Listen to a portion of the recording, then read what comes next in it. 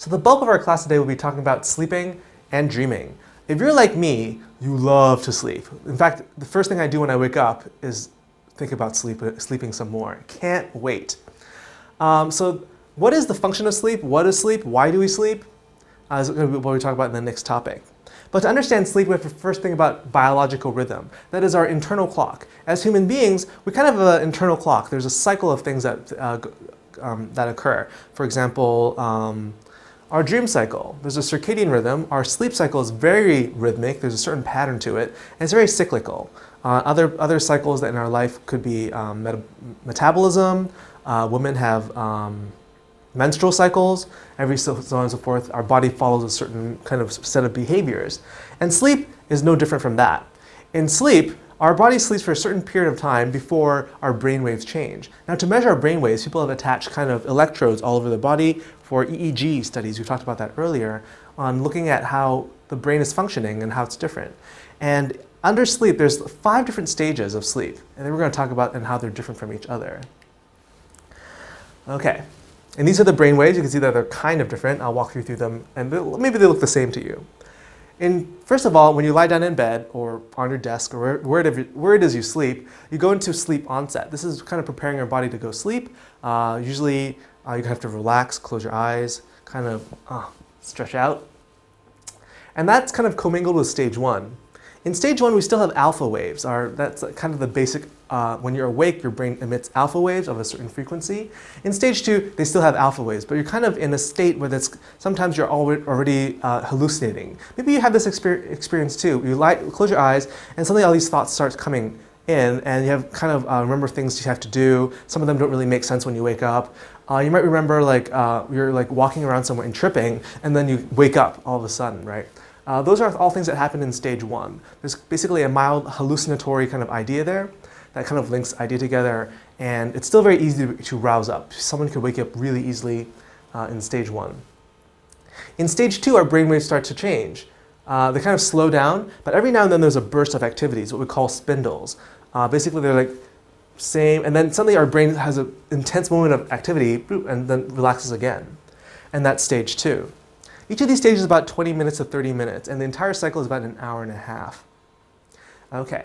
At stage 3, we emit delta waves. That's a much slower wave. So basically, the slower the waves are, the less conscious and aware of our environments we are. At stage 4, that's like pre-REM sleep, and that's kind of our brain at its slowest. And at that point is we're the most groggiest. So if someone wakes you up when you're at stage 4, you're going to be totally disoriented and groggy because you're so close to REM sleep. I'm sure you've all heard of REM sleep before.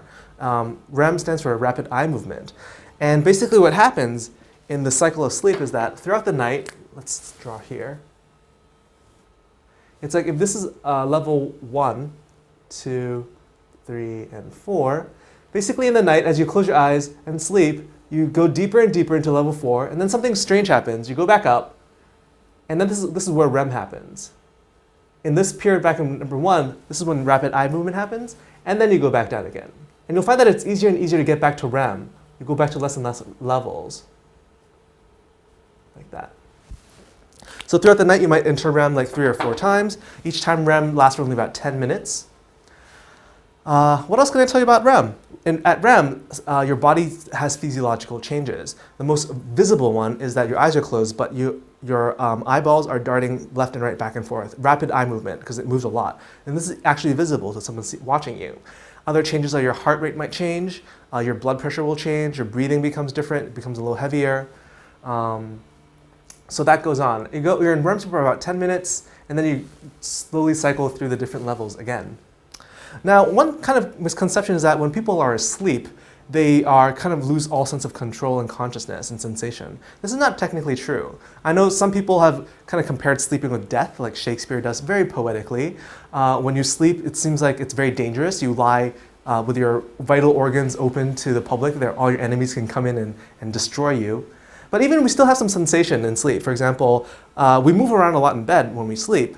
However, we never actually fall off the bed unless you're drunk or something. Similarly, parents who sleep with babies in their bed are actually very aware of the baby's location. They never smother the child during the sleep, unless of course you're drunk again. Many bad things happen when you're drunk in your sleep. People in their sleep EEG studies have noticed that they have some awareness of sounds and noises. So if someone calls your name while you're sleeping, you could wake up or even just register brain activity, even there. What else? It's very selective that when you're sleeping, maybe you sleep in a very noisy neighborhood, trains, planes, automobiles, and you're still able to remain asleep. However, if you hear a baby cry, which is less noisy, you'll get awake. So it's very selective what you wake up to, showing that there's still some attention paid while you're sleeping. Okay, moving on. I want to answer the question of why is it that people sleep? I know it's probably very pleasurable for most of you. In fact, if not right now, you're wishing that you could be sleeping. And this is a really question that people don't know why people sleep. We just don't know why. However, we could tell you what happens when you don't sleep. People have done a lot of sleep deprivation studies, and the effects have been pretty the same. When people don't have sleep, their bodies just work worse. They don't work at all. So people who don't sleep have, for example, mood swings. Sometimes they feel really happy, sometimes they get really sad. Mainly they get really sad. They become more anxious.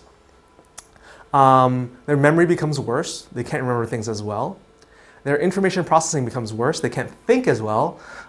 In severe sleep deprivation, people can't really talk. They start speaking gibberish. There's hallucinations. If you sleep for about 3 days, we don't sleep for 3 days, you start seeing things and you feel like you're literally going crazy. What else? Mood disorders, anxiety. You have binging. Your self-control goes down. You have eating disorders. You eat a lot or you don't eat at all, so your appetite swings. So there are lots of mood swings and behavioral changes when people don't sleep. So what happens during sleep that actually regulates this kind of behavior? And so there's kind of four theories about why people sleep. I'm going to go through a couple of them. The first one is that, evolutionary speaking, there's a function to sleeping. Sleep protects us in the dark. That is to say, back in the ancestral days, when the sun goes down and everything becomes dark, it's actually useful for the person to sleep at that time because it's so dark. If you go around hunting at that time, you'll actually more likely to hurt yourself than not. We see it's kind of similar that animals that could hide easier can sleep more. So elephants sleep about 2 to 3 hours a day, whereas chipmunks sleep about 20 hours a day. So they have this function that the easier it is for you to hide, the more likely it is that you could sleep longer. So humans are somewhere in the middle, that at night we'll just find a cave or a hole in the dirt and sleep and to hide from our enemies. So even though I propose that when you sleep you're actually more exposed to your enemies, evolutionary theory says no, it actually makes you more protected. Another idea that it helps your metabolism, that this is a time when you sleep that your body comes in and kind of does house cleaning. It helps you rebuild some of your neural connections, right? So it kind of cleans up the mess. This is the idea that when you're awake, there's a buildup of negative wanted energy. Some people think they're poorly folded proteins, or it just creates more problems and stress that builds up. And at night when you sleep, your body metabolizes and cleans out this kind of buildup, right? All this gunk, all this chunking gets cleaned out. So that's another idea of why we sleep, is for a time for our body to renew. Another idea is that sleeping helps us condense our memory of the day. It helps us remember things. And so the idea here is that every day while we're awake, we do a lot of things that aren't really that important, like ordering coffee, eating lunch. And there's something that are really important. For example, going to class, or maybe you're practicing like a musical instrument like the piano and the guitar. You spend a lot of time practicing. And what they found was that after people sleep, their memory actually improves much better. There's a condensing of the useful memory. So after you, say, learn a list of words and you go take a quick nap, your memory actually becomes much better than if you just stayed up all that time relaxing or not doing something. And so researchers think that, well, maybe sleep helps you condense your memory, that it kind of sweeps away unwanted memories, unnecessary memories, while it keeps and heightens the ones that are important, those that are emotional to you. So you might see this phenomenon that has happened to me, that at night you're practicing the piano and you can't get something right. So you go to sleep and you wake up, the first thing you do, you try it and you nail it perfectly fine. So that's an example of during your sleep, your body condenses learning and memory and helps you out there. So those are some of the theories of why people sleep.